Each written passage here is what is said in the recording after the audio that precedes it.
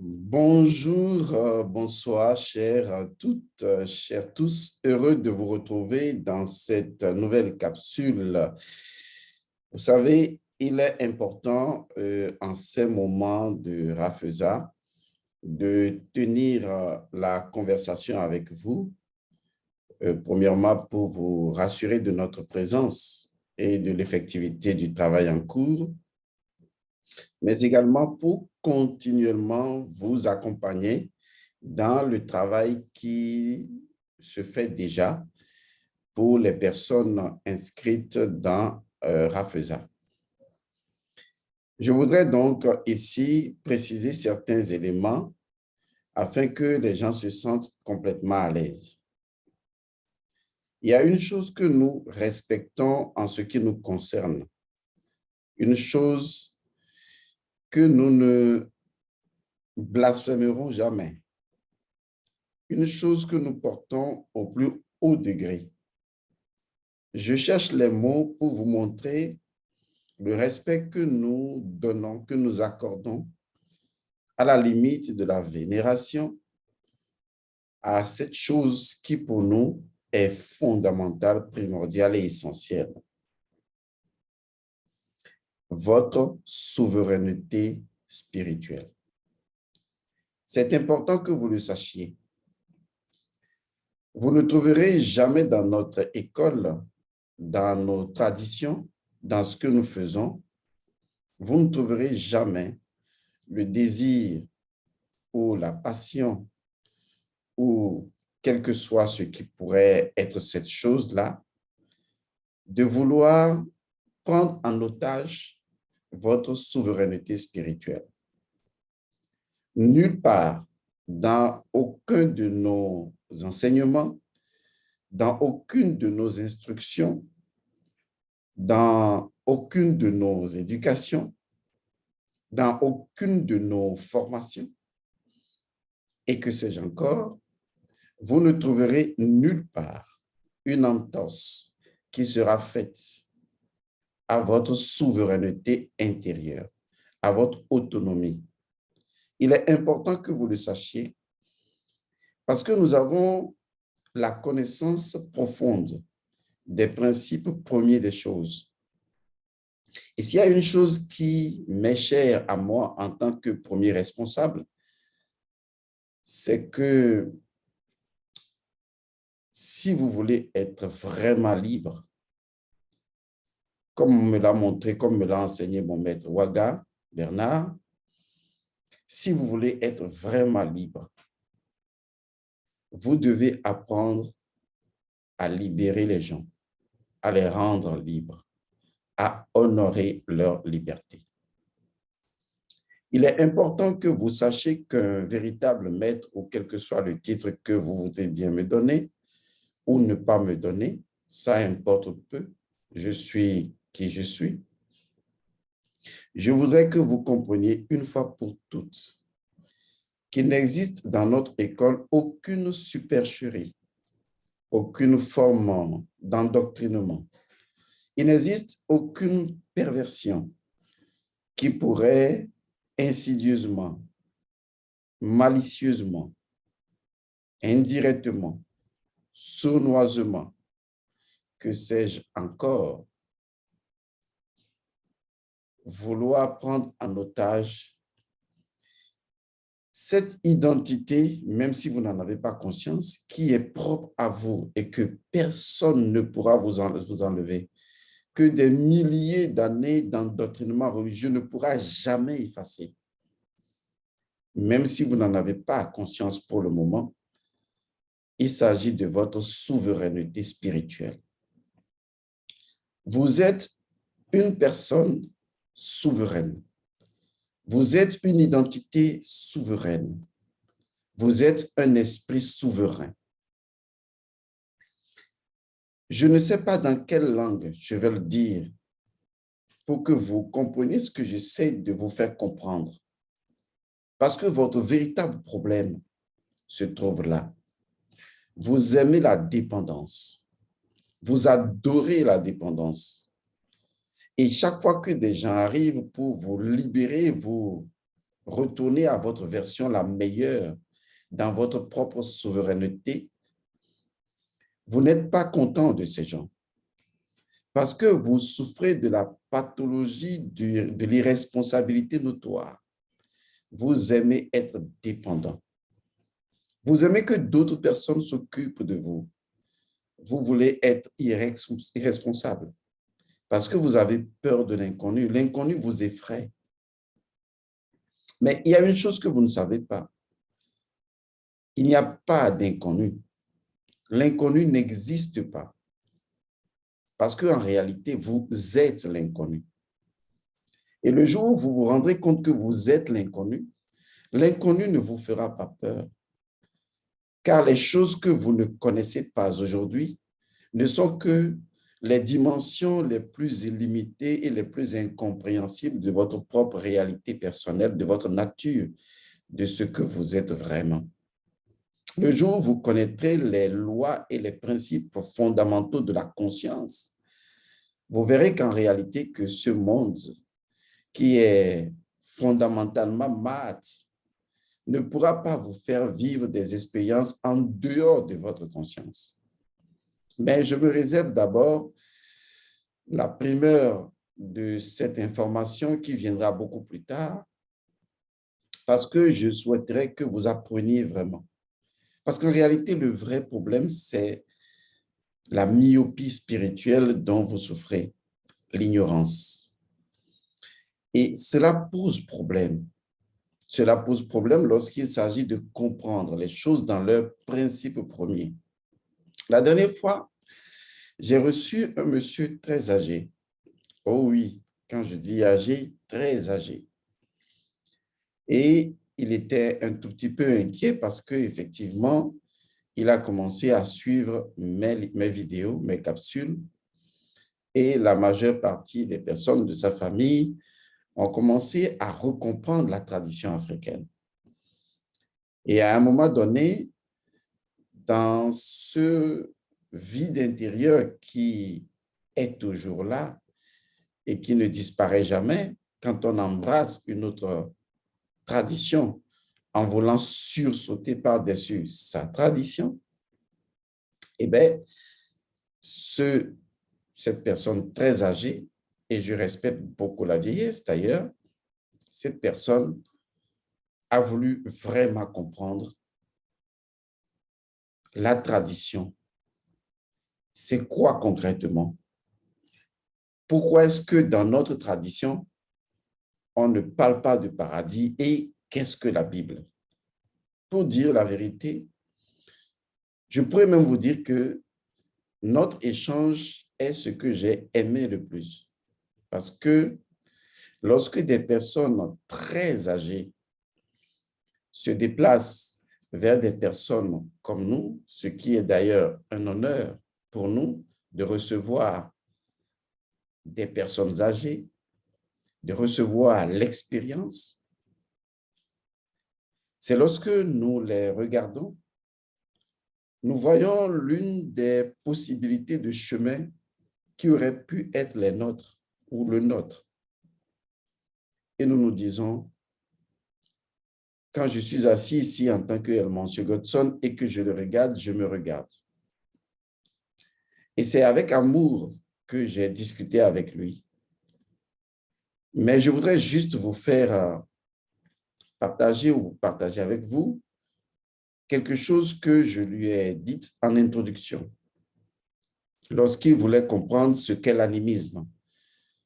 Pourquoi est-ce que les gens nous ont dit que c'était mauvais? Et voilà, etc. Je lui ai dit ceci. Il y a ceux qui parlent des choses, c'est-à-dire que les choses qui nous entourent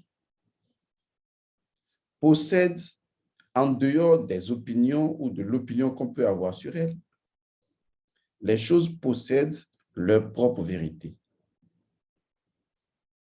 Que cette phrase que je viens de partager avec lui est le fondement même de l'animisme, qui est la science par excellence de la nature La métaphysique par excellence de la nature est le principe premier de toutes les religions et traditions. Les choses possèdent leur propre vérité. C'est très important de comprendre ça. Lorsque vous approchez les choses, quelles qu'elles soient, appelez les choses, appelez-les êtres. En tout cas, tout ce qui existe fait partie de l'ordre du vivant. Chaque chose possède sa propre vérité intrinsèque. L'animisme se propose de faire une démarche d'écoute, d'ouverture de cœur vers les choses pour entendre ce que les choses, dans leur principe premier, ont à dire. Et c'est ce qui fait que nos ancêtres avaient la connaissance des principes premiers des choses de la nature. Mais aujourd'hui, on fait parler les choses et on n'écoute plus les choses. Et du coup, naturellement, on ne s'écoute plus. Parce que si on n'apprend pas à écouter les choses, comment on pourrait s'écouter? Et on a beau parler la même langue, mais on ne s'écoute pas et on ne se comprend pas. Car l'écoute qui conduit à l'entendement est quelque chose de fondamental pour exprimer la communauté ou la communion sous-jacente que nous sommes tous en train de vivre dans l'unité primordiale des choses. Et donc, chaque chose possède son principe premier, sa vérité, la vérité de sa propre nature. Et donc, je fais une démarche d'humilité pour m'ouvrir à la chose et l'accepter dans sa vérité. C'est en cela que nos ancêtres respectaient toutes les religions, toutes les traditions. C'est en cela que nos ancêtres acceptaient toutes les formes de religion. Parce que pour nos ancêtres, les choses possèdent leur propre vérité première qui a initié leur existence. Se basant sur ce principe fondamental, vous comprenez que notre tradition ne sera jamais agressive. Notre tradition africaine ne sera jamais agressive. Elle ne sera jamais impérialiste parce qu'elle accepte. Alors que ce que les autres vous importent, qu'ils appellent religion, et par erreur spiritualité, on en parlera. C'est tellement agressif que vous comprenez que cette agressivité est la preuve certaine d'une forme de méchanceté et naturellement, bien sûr, d'une forme d'inintelligence. Car, comme j'ai coutume de le dire, celui qui est méchant n'est pas intelligent. Où que vous trouvez un méchant, il n'est pas intelligent. Sur le plan de la nature, si vous êtes méchant, vous n'êtes pas intelligent. Je vous assure, si vous connaissiez les principes de la nature, vous ne seriez jamais méchant. C'est en cela que j'ai vécu l'expérience avec mes ancêtres et j'ai compris pourquoi nos ancêtres étaient en unisson avec les choses et qu'ils ne faisaient jamais preuve de méchanceté. Parce qu'ils étaient intelligents. Celui qui est intelligent ne fait jamais preuve de méchanceté. Donc, pour revenir à ce que je disais tantôt, à partir de ce principe de l'animisme qui est fondamental à toutes les religions authentiques et originales, je m'en vais vous annoncer que je n'agresserai jamais votre souveraineté spirituelle parce que vous êtes ce que vous êtes. Vous êtes ce que vous êtes. Et c'est ça qui fait votre souveraineté intérieure et votre autonomie spirituelle. Et j'ai le devoir de respecter cela. Et quand je partage avec vous, j'ai l'obligation de respecter cela. Et donc, notre primordiale démarche dans cette relation que nous avons à travers les ondes sera basée toujours sur le respect de votre souveraineté spirituelle. Maintenant, la question n'est pas que nous respections votre souveraineté spirituelle. La question est-ce que vous-même, vous savez, est-ce que vous savez que vous êtes souverain? C'est ça ce qui est d'abord élémentaire. Est-ce que vous revendiquez cette souveraineté-là? Est-ce que vous êtes arrivé à réaliser cette souveraineté spirituelle? Parce que si vous ne réalisez pas cela, vous serez toujours dans la mendicité spirituelle. Et la mendicité spirituelle est toujours une preuve de l'ignorance, de la peur de l'inconnu et naturellement de la recherche continue de la dépendance. Je veux dépendre d'un maître, je veux dépendre d'un gourou, je veux dépendre de. Alors que dans votre souveraineté, vous ne manquez de rien du tout. Et donc, tout ce que je fais avec vous sera toujours basé sur ce principe souverain.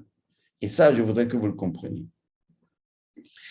La deuxième chose que j'aimerais partager avec vous, c'est que lorsque j'ai lancé le rituel du feu sacré Rafflesia, et dans lequel il est question naturellement de se piquer par-ci, de faire ceci par-là, il y a des personnes qui peut-être ne sont pas en affinité ou n'acceptent pas la chose.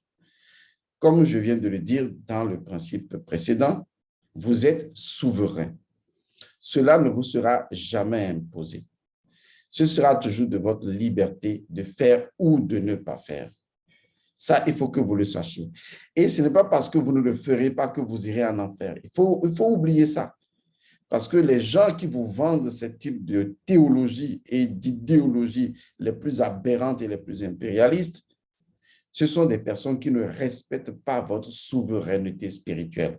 Pourquoi ces personnes respecteraient votre souveraineté en tant que nation, en tant qu'État? Ces personnes ne respectent pas votre souveraineté spirituelle en tant que communauté. Pourquoi respecteraient-ils votre souveraineté nationale, votre communauté? Pour que les gens respectent votre communauté, votre pays, votre nation, il faut que les gens respectent d'abord votre souveraineté spirituelle, votre souveraineté cultuelle et culturelle. C'est les deux à la fois. Que les gens reconnaissent votre capacité, votre autonomie intérieure à produire par vous-même de la prospérité et de la richesse à travers votre culturel et votre culturel. Si les gens ne vous reconnaissent pas ça, si les gens estiment que vous êtes dénué de cette compétence naturelle et divine, eh bien, les gens vont relationner avec vous à partir de cet état de fait. Ou si vous-même, vous êtes ignorant de cet état de fait, eh bien, vous agirez d'une manière qui obligera les gens à réagir d'une manière et donc à vous asservir. Le véritable problème de l'Afrique n'est pas politique, économique ou tout ce que vous avez, ou social ou géopolitique. Le vrai problème de l'Afrique, c'est la spiritualité. C'est parce que l'Africain a renoncé, a vendu son droit d'aînesse, a vendu sa souveraineté spirituelle. C'est tout. Le jour où vous retrouvez votre souveraineté spirituelle individuellement et collectivement, eh bien, vous serez une communauté capable de faire valoir dans l'égrégore invisible votre mania, votre mana, votre nyama, votre pouvoir spirituel sur les autres égrégores. Car en réalité, le véritable combat est spirituel. Alors, donc, tout ce que nous vous proposons, franchement, partez de votre souveraineté, acceptez ou n'acceptez pas, ça vous convient. De toute façon, nous également, nous sommes parfaitement libres et sachez que nous respectons la liberté, non pas pour vous faire plaisir. Non, nous respectons votre souveraineté spirituelle parce que, justement, nous ne souhaiterions pas que notre souveraineté spirituelle soit entachée par le non-respect de votre souveraineté spirituelle. C'est tout. Vous voyez? Donc, ça, c'est ce qu'on appelle l'amour. L'amour n'est pas un sentiment. L'amour va au-delà. L'amour est principiel. Et donc, je respecte votre souveraineté spirituelle parce que je sais que si je ne respecte pas votre souveraineté spirituelle, je vais corrompre ma souveraineté spirituelle par le non-respect de votre souveraineté spirituelle. Et que le fait de prendre en otage votre souveraineté spirituelle veut dire simplement que je vous laisse prendre en otage ma souveraineté spirituelle. Car ce que vous possédez vous possède également. Vous voyez, quand vous êtes moulé dans des principes aussi profonds, aussi puissants, quand vous avez eu un maître qui vous a rendu souverain, qui a respecté votre souveraineté, vous êtes vraiment un disciple à la mesure de votre maître. Vous voyez que les principes et leur respect constituent l'amour et vous agissez tel. Vous devez approcher les gens qui ont un paradigme moral et éthique capable de respect de votre souveraineté spirituelle. Il est très important que vous compreniez cela. Donc, je voudrais également dire qu'il y a quelque chose que j'ai remarqué et tout au long de Rafeza. Vous savez, quand j'ai lancé Rafeza, j'ai dit rituel en lien du feu sacré et que dans ce Rafeza précis, les gens étaient invités à associer un défunt qui sera accompagné. Mais il y a quelque chose, bon, est-ce que je vais dire qui m'a fait mal? Non. Il y a quelque chose qui m'a un tout petit peu gêné. C'est que toutes les personnes qui ont envoyé aussi bien leurs photos, nom et prénom, et ça, naturellement, le respect de votre confidentialité est absolu. Les gens qui ont envoyé, qui ont fait tout ça, ils ne l'ont fait, la majeure partie ne l'ont fait que pour leur famille. Il y en a qui l'ont fait pour d'autres personnes, d'accord, mais la majeure partie, c'est pour leur famille uniquement. Et le pire, c'est que vous avez ce qu'on appelle des martyrs, c'est-à-dire ceux qui se sont battus pour votre pays, pour votre nation. Vous n'avez pas pensé à eux. Je n'ai pas trouvé une seule personne qui ait pu dire, Monsieur Godson, moi, le défunt qui m'accompagne ou que je vous propose, parce que vous pouvez avoir plusieurs défunts, hein, il suffit donc de savoir quelles sont les conditions pour en avoir plusieurs. Personne n'a dit, oui, dans mon pays, il y a tel martyr, tel martyr, tel martyr, j'aimerais qu'on l'accompagne. Personne n'a dit, oui, Monsieur Godson, ce que vous faites nous plaît énormément. Nous avons notre martyr, Thomas Sankara, nous avons, tel martyr, moi, je voudrais effectivement qu'on accompagne également. En fait, personne n'a pensé qu'elle pouvait demander à accompagner un martyr national. Et pourtant, si vous vivez dans votre pays aujourd'hui, c'est que beaucoup avaient mené des luttes pour que vous soyez là. Je vous fais cette remarque pour que vous commenciez à comprendre que c'est dans la compréhension que le tout est plus important que les parties du tout. C'est dans cette dynamique-là que vous devez avancer en fait. Et quand vous n'avancez pas dans ce dynamisme-là, vous êtes tellement individuel ou individualiste que vous ne pensez pas à l'ensemble.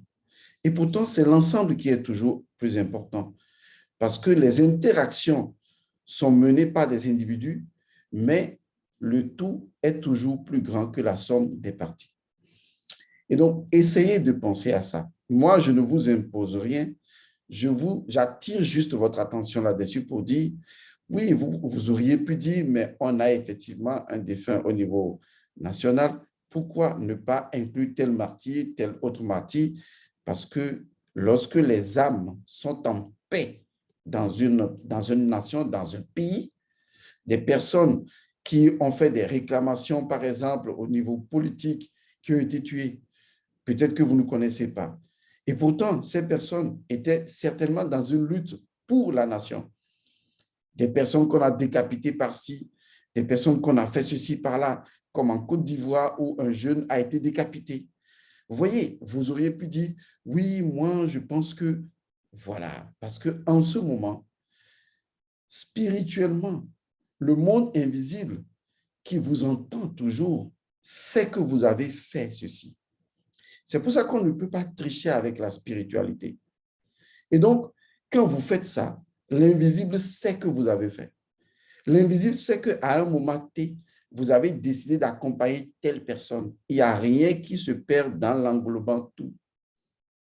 J'attire votre attention juste là-dessus. Maintenant, je vais aborder le sujet qui a suscité, n'est-ce pas, cette capsule. Je vais vous donner un travail à faire. D'ailleurs, c'est le seul véritable travail que vous devez faire maintenant, à partir de maintenant. c'est de communier et de communiquer avec votre sang. Je ne sais pas dans quelle langue je vais le dire encore, mais je vous le répéterai tellement de fois que vous allez en avoir tellement marre, que vous allez m'en vouloir, que j'en serai heureux. Parce que quand les gens m'en veulent, ça me fait plaisir. J'aime ça.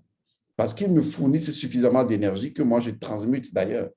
Donc, il faut m'en vouloir suffisamment. Les gens qui parlent mal de moi, j'aime ça. C'est-à-dire que quand vous parlez mal de moi, ça veut dire que votre esprit ne fait rien d'autre que de, de focaliser son énergie sur moi. Et comme moi, j'ai mis une barrière pour prendre de l'énergie et les transmuter, eh bien, naturellement, vous me fournissez suffisamment d'énergie et tant mieux. Donc, ne vous inquiétez pas, il faut m'en vouloir suffisamment. J'aime ça. Il faut m'en vouloir. J'aime quand les gens m'en veulent. J'aime quand les gens m'insultent, quand les gens me critiquent, quand les gens racontent n'importe quoi sur moi. J'aime vraiment ça. Donc, continuez de le faire. Ça me fait plaisir. Vous savez, je suis comme la terre. Hein. Mon père me disait une chose. Sacré ce type-là, c'est un véritable con ce type. Non, je parle de mon père. Donc, on a cette affinité-là. Ne vous inquiétez pas. Vous savez, j'aime mon père sur quelque chose qu'il m'a toujours dit. Il dit, mon fils, la plus belle fleur pousse à partir de la merde. Ce type-là, il n'est pas normal, quoi.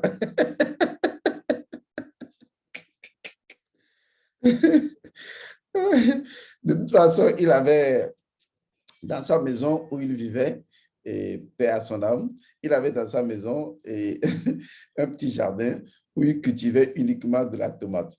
Et je lui dis, mais pourquoi tu cultives de la tomate? Il dit, oh, tu ne comprends pas ce qu'est le mystère de la tomate. Je dis, ben moi, je vais bien comprendre. Et donc, chaque fois, il me faisait manger de la tomate. C'est-à-dire qu'on cueillait la tomate crue comme ça, hein, on rinçait, et puis on mangeait tous les deux. C'était devenu un peu comme une pomme qu'on croquait, quoi. Ben, je ne comprenais pas, il m'a fallu du temps pour le comprendre après. Bon, on en parlera une autre fois. Mais il avait une chose qu'il disait, c'est tellement qu'il sortait de son expérience.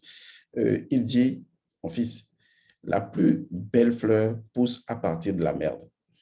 Et je n'ai jamais oublié cette phrase parce que cela m'a toujours rappelé, lorsque les choses allaient très mal, qu'une belle fleur doit pousser à partir de la merde. Et donc, j'attire votre attention sur ce fait que ce n'est pas ce que les gens disent de vous ou médisent de vous qui est important. Ce qui est important, c'est votre capacité à transmuter ce que les gens disent de vous. Vous ne pouvez pas empêcher les gens de dire des choses de vous. Vous ne pouvez pas empêcher les gens de médire de vous. C'est leur liberté de le faire. Tant que les gens le font en respectant la loi de la société, c'est-à-dire que les gens ne le fassent pas de façon publique parce que, bon, on ne vous reproche rien peut-être, mais que les gens veulent le faire de façon publique, la loi est là pour réglementer ça. Mais si les gens veulent le faire de chez leur maison, les gens veulent médire sur vous, dans leur esprit, dans leur pensée, dans leurs émotions, si les gens choisissent de s'intoxiquer avec ça, mais je vous en prie, qu'est-ce que vous avez à foutre avec ça? Mais soyez heureux parce que, allez, ceux qui ne sont pas inscrits dans Rafeza, je vous demande d'aller vous inscrire, ne serait-ce que, même si vous ne voulez pas faire les pratiques, pour écouter le cours qui est dans Rafeza. Lorsque je parle du pouvoir de l'intention, c'est très important, et de l'attention, puisque l'intention, c'est l'attention intérieure. Quand les gens propulsent leur attention sur vous, et donc une intention sur vous, mais ils vous font énormément du bien. Ne regardez pas, ils me disent sur moi, non. Pour le moment, ils focalisent leur attention sur vous et ils me disent de vous, soyez heureux. Parce que ce qui va se faire, c'est que vous devez avoir la clé qui convertisse tout ça.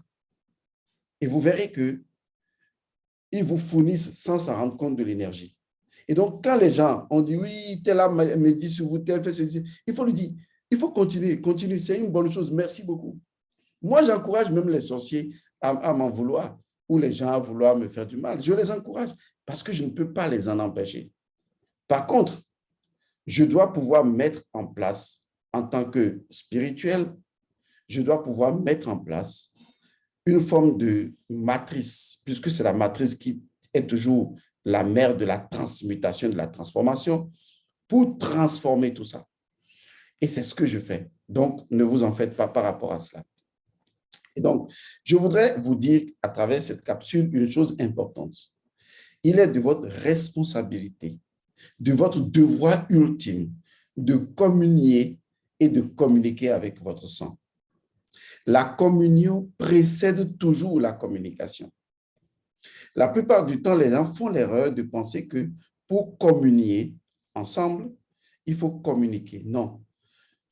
C'est parce que vous devez prendre conscience que la communication est à un niveau transcendant et ne nécessite pas du tout la communication.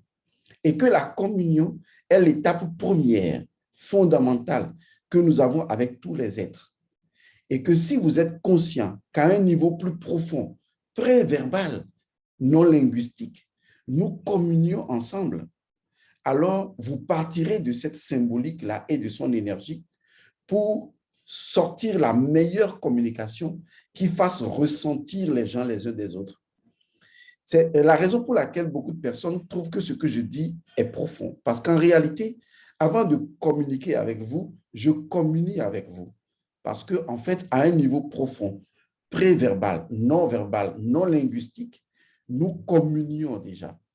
Et je parle de cette communion pour pouvoir communiquer avec vous. De telle sorte que quand je communique, vous ressentez ça du plus profond de vous. Parce qu'en réalité, je ne vous apprends rien. Je ne fais que, comme le guitariste, faire vibrer la corde qui nous relie à un niveau plus profond. Et alors, vous ressentez cela. Vous voyez, vous ressentez cela. C'est ce qu'on appelle le pouvoir de la communication qui est basé en fait sur la communion et la clé de la communion qui est libérée dans la communication. J'espère que vous avez compris. C'est en cela que quand je dis que nous sommes formateurs en développement personnel, et que nous sommes, excusez le terme, bons de chez bons dans ce que nous faisons, vous comprenez pourquoi? Parce qu'il y a cet art-là que nous avons d'exprimer dans la communication, la communion préverbale qui a été activée et diffusée parce que vous pouvez communiquer que ça ne passe pas. Donc, c'est la communion d'abord.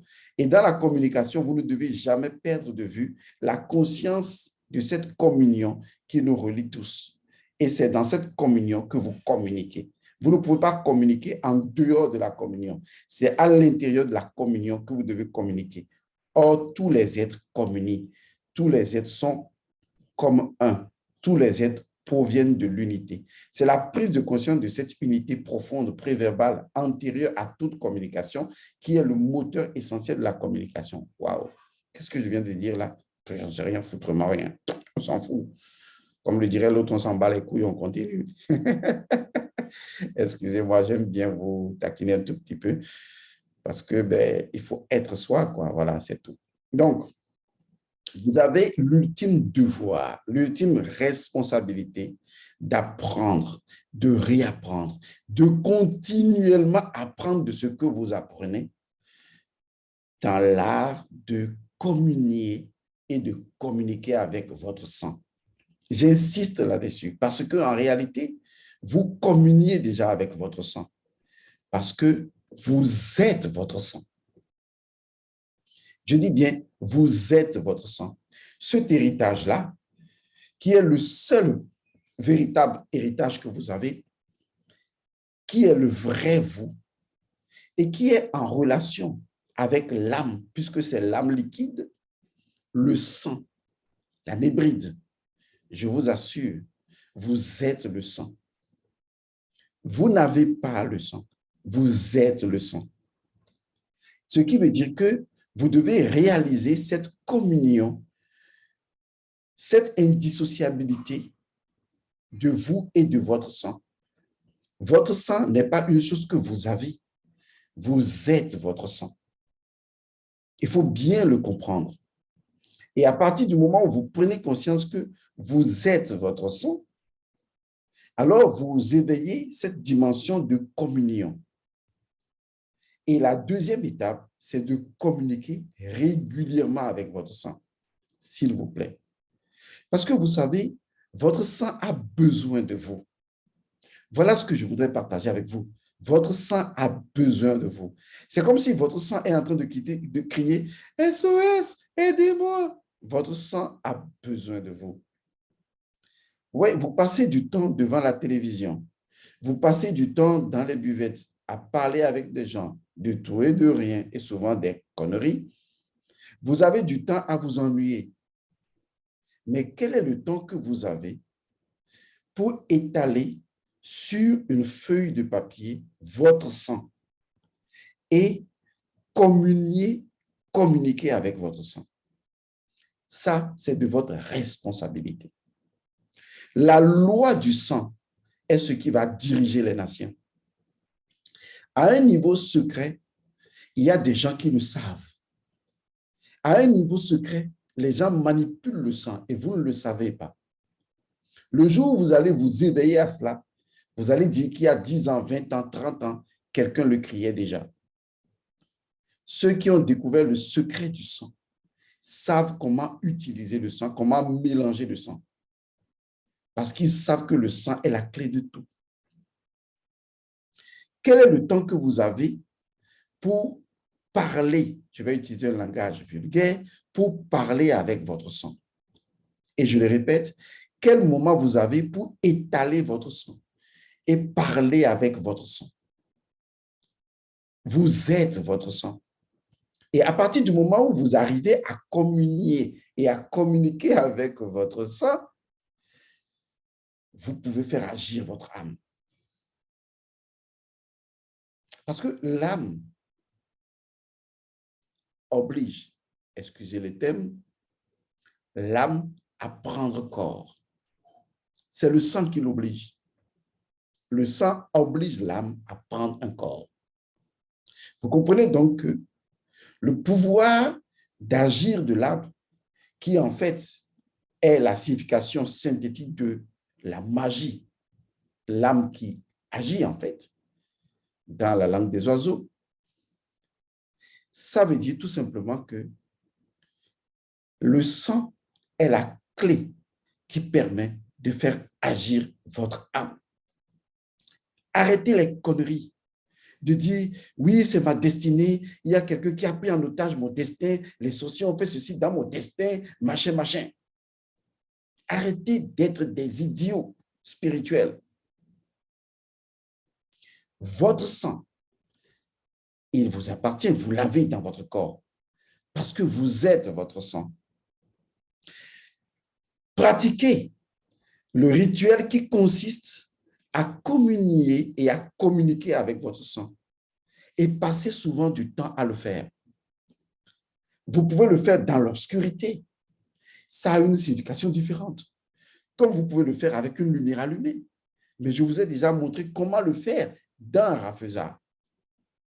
Parce que si vous arrivez à communier et à communiquer avec votre âme, avec votre sang, vous voyez, vous êtes en train de faire la magie. C'est-à-dire, vous êtes en train d'amener l'âme à agir parce que le sang est ce qui oblige l'âme à l'incarnation.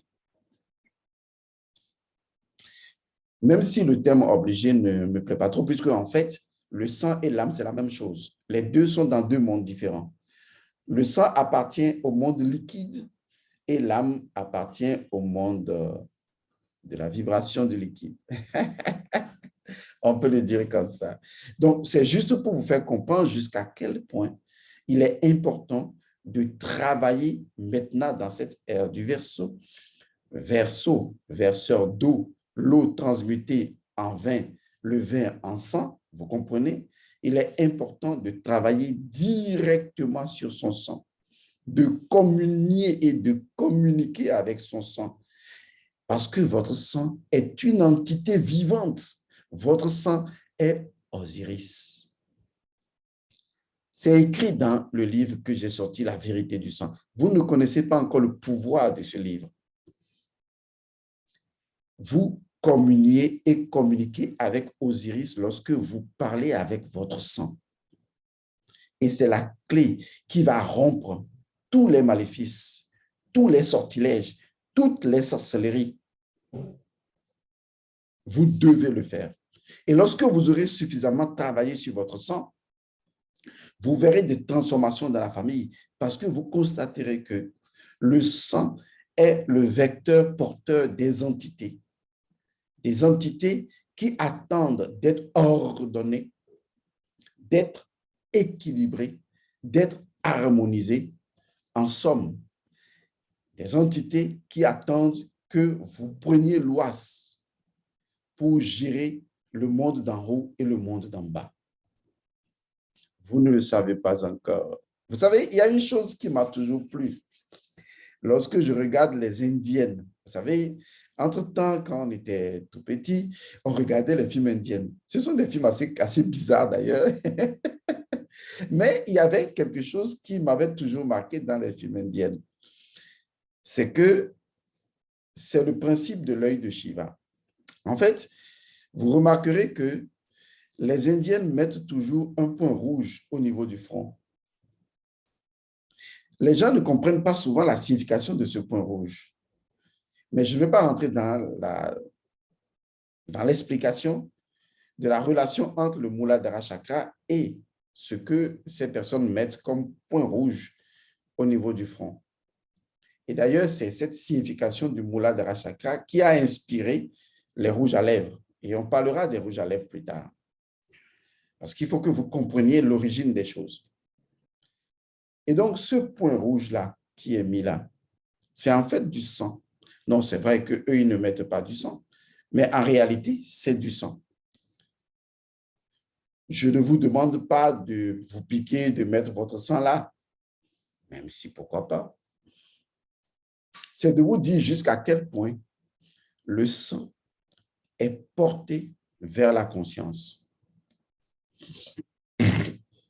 Excusez-moi. Donc, pour vous dire que je voudrais que vous compreniez que je vous donne, est-ce que je vais dire un commandement nouveau? Non, l'autre a déjà dit ça.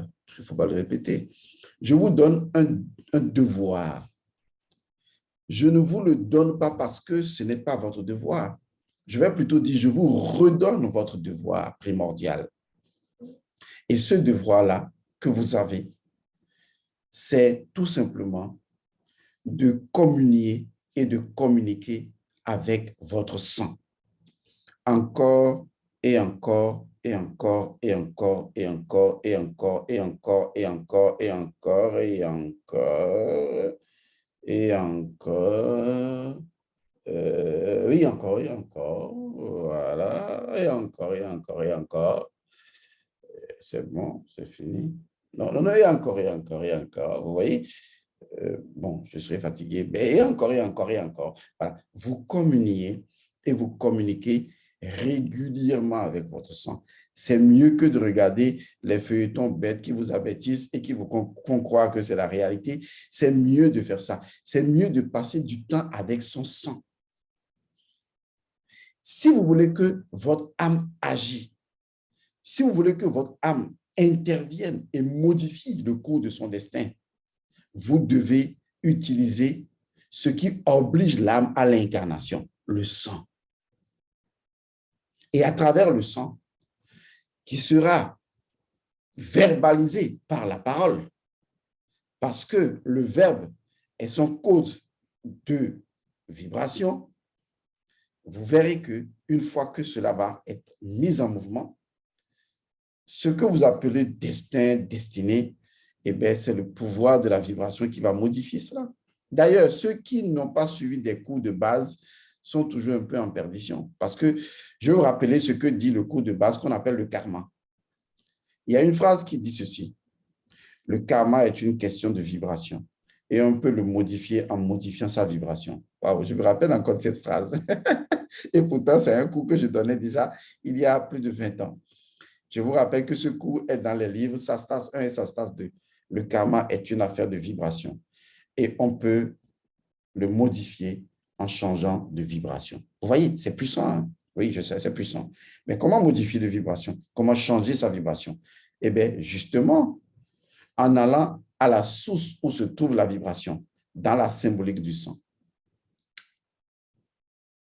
Je vous assure, l'ère du Verseau sera l'ère de l'utilisation du sang, de votre sang et de la capacité qu'a l'âme de pouvoir agir lorsque vous allez prendre les rênes pour faire agir votre âme. C'est ce qu'on appelle simplement la magie. Ça va bien, non? Ça va? Cool, on peut le faire. D'accord, je vous encourage à le faire. Je vous invite donc, même s'il y a des gens qui disent, oui, je ne vais pas envoyer ma photo, ce n'est pas grave. Vous pouvez ne pas envoyer votre photo, vous pouvez juste vous inscrire à Rafeza et suivre les cours de Rafeza, ne serait-ce que tout simplement pour apprendre comment travailler avec votre sang, comment travailler souvent avec le sang, pour que les situations de problèmes de santé, de maladies et autres choses de votre famille soient modifiées. Rappelez-vous de cette phrase, ne l'oubliez jamais. Ceux qui suivent les cours de base le savent. Le karma est une affaire de vibration et on peut le changer, le modifier en changeant ou en modifiant sa vibration. Je vous remercie. Si vous voulez vous inscrire à Rafeza ou vous inscrire donc à des cours que nous faisons, eh bien, vous trouverez en bas naturellement un communiqué et des numéros. Vous pourrez contacter ces numéros et tout ira bien. Je vous remercie. Je vais vous retrouver dans une autre capsule et je vous dis que les bénédictions soient.